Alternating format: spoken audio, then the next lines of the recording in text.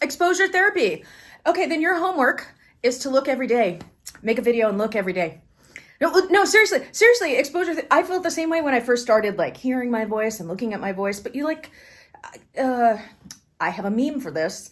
Self-acceptance, it's the gift that keeps on giving. There's this place within all of us where I think we struggle with our own sense of who we think we are versus who we see ourselves as when we look at a video and we hear our voice and we see our body gestures and we see our facial expressions. And in the case of poi, when we see how we're spinning and where we have hiccups and where we thought something was good that it wasn't. But the thing is, the more you do it, the more comfortable you get doing it, kind of like any other practice. So I don't know if they have Saturday Night Live where you are, but back in I think this was in the 80s, they used to have this segment on SNL, which is a comedy show.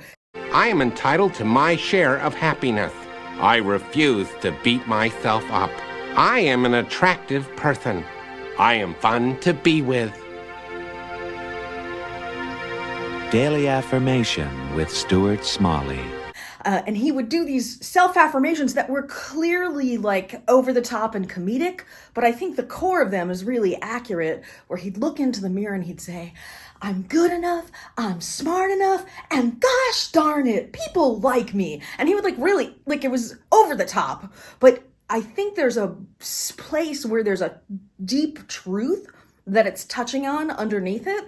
And I think to the extent that you can allow yourself to have the gift of grace about where you are, who you are, how you're being, is the degree to which you can have more joy in your life. I know that sounds like super cheesy, but I think it really is true. But that's just my opinion.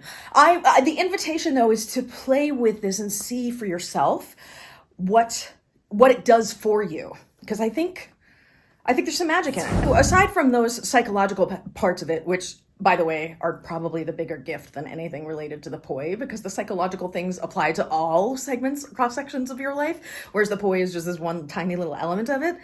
Aside from those massive psychological things, you looked way more comfortable. Your facial expression thing, by the way, I don't think was nearly as pronounced as you probably perceived it was, but FlowFace is an actual technical term that has been around for a really long time because derp face, it just happens. So when you hear me say smile in class, now you know why.